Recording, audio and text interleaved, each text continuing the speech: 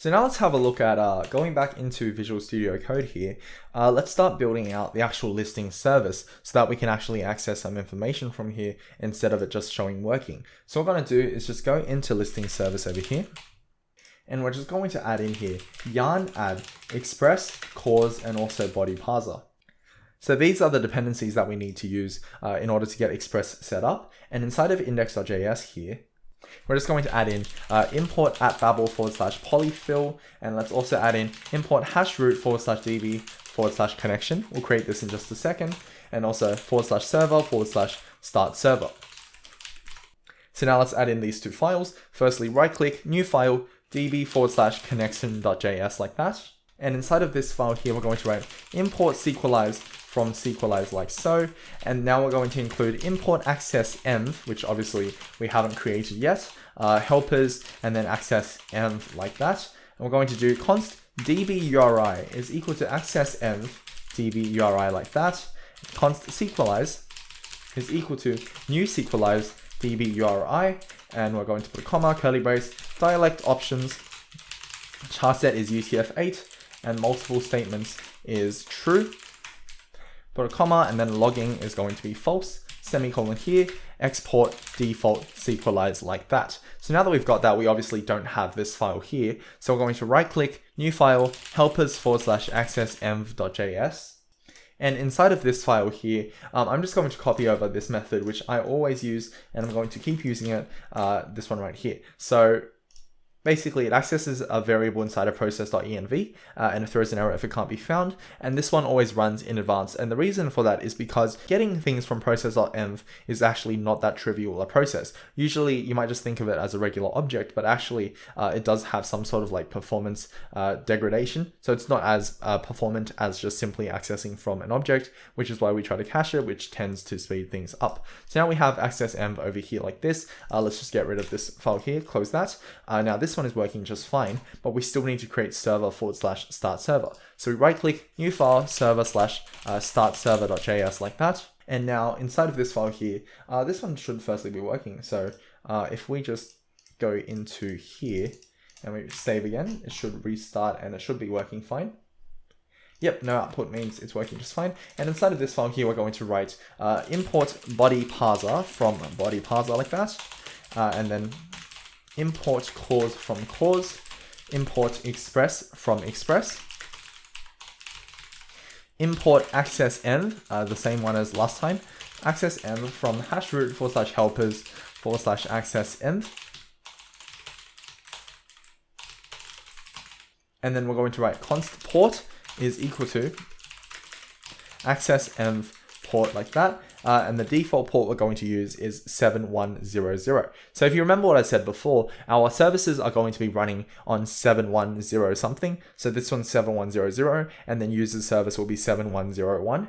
So we have those two there like that. And then we do const app is equal to express, and then app.use, and we're going to add in the body parser middleware.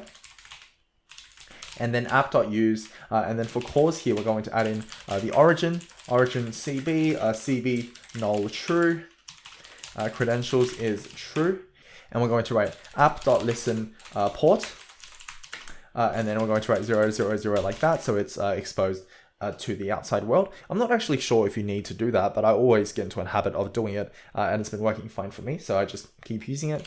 And then this is our callback function when it works properly. So we're going to do console.info, and we're going to write listings service listening on, and then we're going to put the port inside like that. So now we're restarting here, and it should show listing service listening on 7100. So now that that's working, let's actually go back into Docker Compose here. And what we're going to do is for the listing service, let's add in ports here as well. So here for the port, we're going to do ports like that. And we're going to just write 7100, 7100. So what this means is that the internal port of 7100, this is internal, which is represented here, is going to be mirrored or mapped to the outside port, which is on my computer of 7100. So basically this allows me to access the listing service on this port number here. So now let's grab that, let's copy that, go into users service and basically add the same thing, except this one's going to be 7101 like that. So now that we have these two, let's control C this, wait for them to be killed, and then go back up here, and we're going to start it one more time. Great, so now it is started. It does seem to be giving me an error here. Not sure why. I think this one's meant to be body parser JSON like that, and that should get rid of the error. Sweet. Okay, so now if we go into Google Chrome over here and we do localhost 7100, you'll see that we get this which says cannot get /, and that's technically the correct message here because we haven't set up any routes for this one. So now that we've got this here, let's kind of grab the same thing and put it into users service here. So we've got SRC, we've got DB connection, so we can just kind of paste that over here. This one uses DB URI as well, so this file stays all the same. We need to copy over the helpers directory as well, because this one contains access env, and then for the server, we can copy that one over here as well. Just a little change here, which this one needs to be 7101, and this one should be the user's service not services, and the same thing here. So this one's service not services, listening on that port number. So now that we have that one set up here, inside of index.js, we're just going to copy this one and paste that there. So the index.js is the same, and now user service is restarting. We get errors because we haven't installed the dependencies. So now we // here, and we go into user service, and we yarn add body parser cause and express. So we're just going to add those, wait for that to install. And now that that is done, let's save this one again, and it should restart, and it should be working just fine. And now that it's up, let's try go over to 7101, and we should also get cannot get /. So if both of those give you cannot get /, then that works just fine. So now let's actually look at setting up some routes for our listings service. So what we're going to do here is create a file inside of here, and we're going to call this one routes.js. So this one's going to store all of our routes, and the format is going to be a setup routes function, and it's going to take in the express app like that, and we're going to do export default setup routes like so, and inside of here we're going to do import setup routes from /routes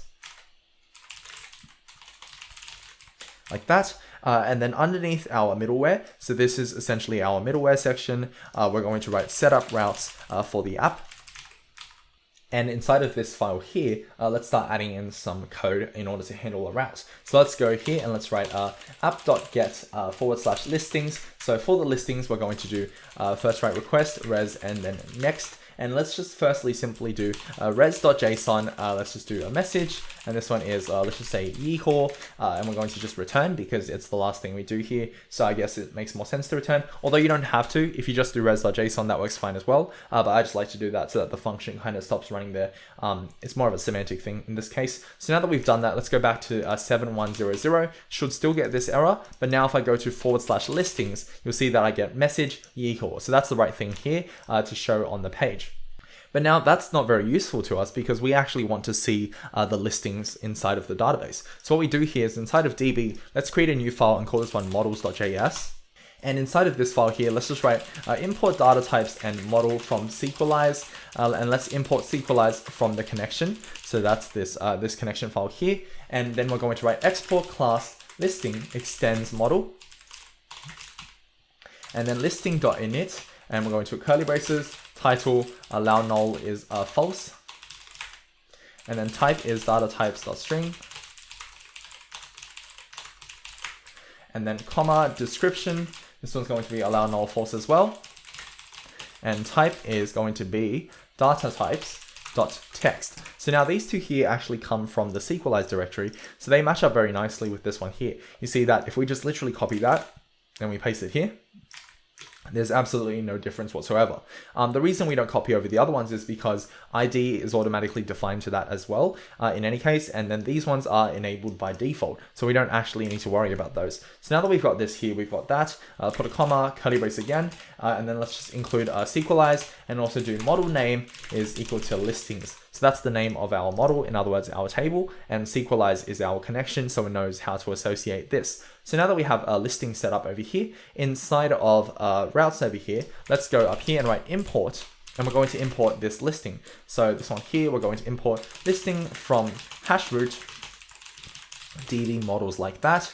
We're going to make this one async, which is why we included the Babel polyfill earlier on. And inside of here, we're going to write const listings is a equal to await listing.findAll. So we're going to get all of them, and we're just going to return them inside of JSON. So return res.json listings. So now that we have that, we're going to wait for it to just restart and refresh this, and we should get an empty array like that. If we were to go into SQLize over here, SQL Pro, and inside of listings here, if we add in a new one, let's just say number 1, and this one is going to be cowboy hat, and the description is, let's say, yeehaw, created at is now and updated at is now with these round brackets after it. Press enter, it should create it, and then if I refresh over here, you'll notice that we get that. So I'm going to very quickly install a JSON formatter so this looks a little bit better. So now that I've got that installed, let's refresh, and we get this really nice layout. Just looks a little bit better. You can see the raw and also parsed versions. So this one here, we kind of get all of that data inside of 7100. However, this data is only in our listing service. So technically our listing service, if you saw the diagram before, and I'm going to put that back up on the screen, that is actually technically private. So what that means is that you're not meant to be able to access this directly from the front end. You're meant to access this through the API gateway. So we're going to have this data here, and now we're going to start working on our API gateway. So let's go back into Visual Studio Code over here, and I'm going to show you how to get that set up. So let's just close those two here. And for our currently empty API gateway, let's just create a new file. So yarn init-y, we have our package.json. So API gateway, that's all fine. And let's add in here in terms of dependencies. Firstly, let's add in Babel watch as a dev dependency. So -D.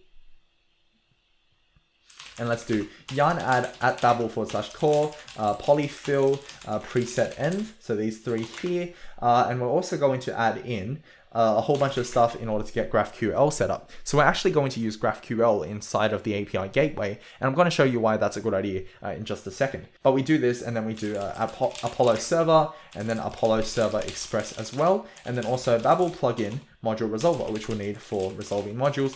This one's really nice. I use this one a lot. We're going to include a couple for express as well. So cookie parser, clause, express, and then press enter. So now we have all of these that we're going to include. The first few are for Babel, so these are for Babel here. Apollo servers for GraphQL, as is this one. This one's a Babel plugin again, and these ones are for Express. So we have all of those installed, and now we're going to right click, create a new file, call this one babel.config.js. And this file is going to be exactly the same as this one here. So just grab that, copy, paste it here. It's the exact same thing because we're kind of having that same layout, which is not necessarily a bad thing.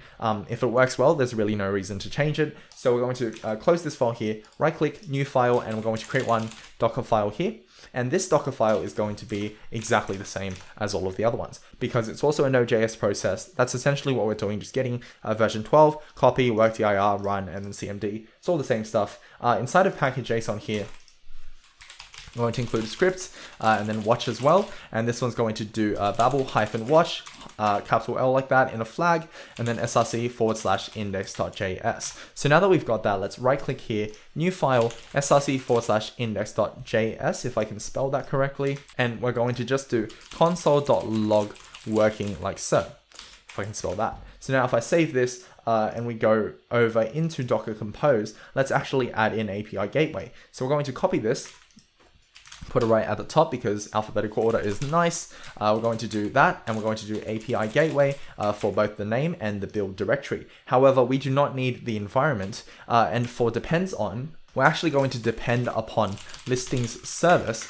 and also users service because these two are the ones that are really important to get working here in order to get the API gateway up. So now for the ports, we do 7000 instead of 7100. And for the volumes, we're going to use API gateway here. So now let's save that. Go over here, Control C, and this time instead of building directly from API Gateway first, let's just do Docker Compose up, and it will automatically do that for us.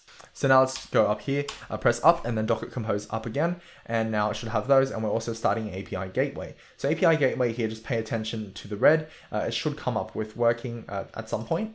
So it shows working here, which is pretty cool. So that's a good thing. And then now, instead of obviously just showing working, let's start building this one out as well. So this one's kind of similar to the other ones. Just at babel/polyfill, import hashroot/server/start server. We don't have a database for our API gateway, so we don't need to include that database stuff. We right click, new file, server/start server.js. And for this file here, we're going to do import Apollo server from Apollo server express. We're going to do import cookie parser, which we'll use later on as well, from hyphen cookie parser like so. Import cause from cause, and then import express from express like that. So now that we have these ones, let's also include access env. So import access env from root helpers access env like so, and we can just grab that. So grab helpers, paste it in. You do realize that I am using access env across 3 different places, and the reason I choose not to kind of put that in a shared module or something is because I feel like at this case it is more the exception than the usual. So it's like, it's not something that needs to be modularized, and you really can't assume necessarily that the methods of accessing environment variables and configuration is going to stay the same from project to project. So I just feel like it's probably better to keep it individualized for each of them, as opposed to kind of putting them all in the same place. So we have that, and we do const port is equal to access env, port is going to be 7000, and let's create an Apollo server. So before we create the Apollo server, let's have a look at this error on the side. So we can't find a server start server, which we do now, but that's fine. What we're going to do is we're going to right click here, new file, and let's create GraphQL /typedefs.js. So this is our type definitions file, and this is what we write inside of here. Import GQL from Apollo server, and then const typedefs is equal to GQL like that. And inside of here, we are going to include a single type first. And listing is going to take in description like that, and then also ID and also the title. So if you have a quick look over here at the data that we had from our listing service, you notice that we have ID, title, and description. You'll notice I'm not actually passing in created at and updated at. And the reason for that is, well, there really isn't a huge reason as to why I excluded it specifically or something. I just feel like at this stage, I'm not really making great use of it anyways. So for now, I feel like this is just fine. So we're going to do that with ID, title, and description in listing. And we're going to do type query. So we're going to set up a query here, and our query is going to be listings, and listings is going to show an array of non-null listings, a non-null array of non-null listings. So that's kind of complicated, but anyways, now let's do export default type defs like that, and just save this one here. So we've got our listings, listing like that, and now let's set up a resolver to actually resolve these listings. So in order to do that, let's go into GraphQL here, right click new file, resolvers /index.js like that. And then inside of here, we're going to do import all as query from ./query, which we obviously haven't written yet. And then const resolvers is equal to, and then literally just write curly braces query inside like that, and then export default resolvers. And let's do new file, query /index.js. So we have index.js here, but we also should include listings. So let's just write in here, export default as listings from ./listings. And then for this one here, we are going to save. We're going to right click query, new file, listings.js. And inside of this file here, we're going to write in const listings resolver is equal to async. And let's first just return a set of mock data. So square brackets for an array, and then curly braces, ID is say 1, title is test, and description is say booyah. Now let's just do alphabetical order like that. And let's do export default listings resolver like so. And now let's hook this up with our GraphQL server. So inside of server start server here, firstly, we're going to write here import resolvers from #root GraphQL resolvers. And then we're going to duplicate that and do type defs as well. Let's just make sure that our resolvers are actually being exported. Yep, that's fine. And then here we're going to do const Apollo server is equal to new Apollo server like that. The context, we're going to write this, and I'm going to explain what it does later on. Resolvers and type defs. Actually, let's get rid of this now, and I'm going to add it in later. So then we're going to do const app is equal to express. App.use cookie parser, so this allows us to read cookies later on. App.use, and we're going to do cause. This one's going to be very similar to the other one, so let's just copy that. So server, start server, and grab the exact same thing inside of here. And now let's do Apollo server.apply middleware. And then app, cause is false because we already specified cause options here. And then the path is going to be /GraphQL. So now let's save that real quick. Maybe minimize this so we can see it properly. And then let's do app.listen, and then just 0, 0, 0, 0 like that. And then something like this, console.info, and this one's going to be API gateway listening on, and then the port number. So our default port is 7000, which we're going to use here. So now that we've got this, let's open this up on the side again, go to index and save this file here one more time, save that, and it should restart, and it hopefully should be working just fine. So if I do restarting, yep, it's on 7000. So let's try to go to 7000. We get this error, which is good. We go to GraphQL and we get the GraphQL playground. Let's make that a little bit smaller, and let's try curly braces, listings. Let's do a description, ID, and also title, and let's press play, and we get our test booyah. So that's really cool. So that part is working just fine. However, this is our mock data, and it doesn't actually get data from our listing service. So that's something that we're going to implement now.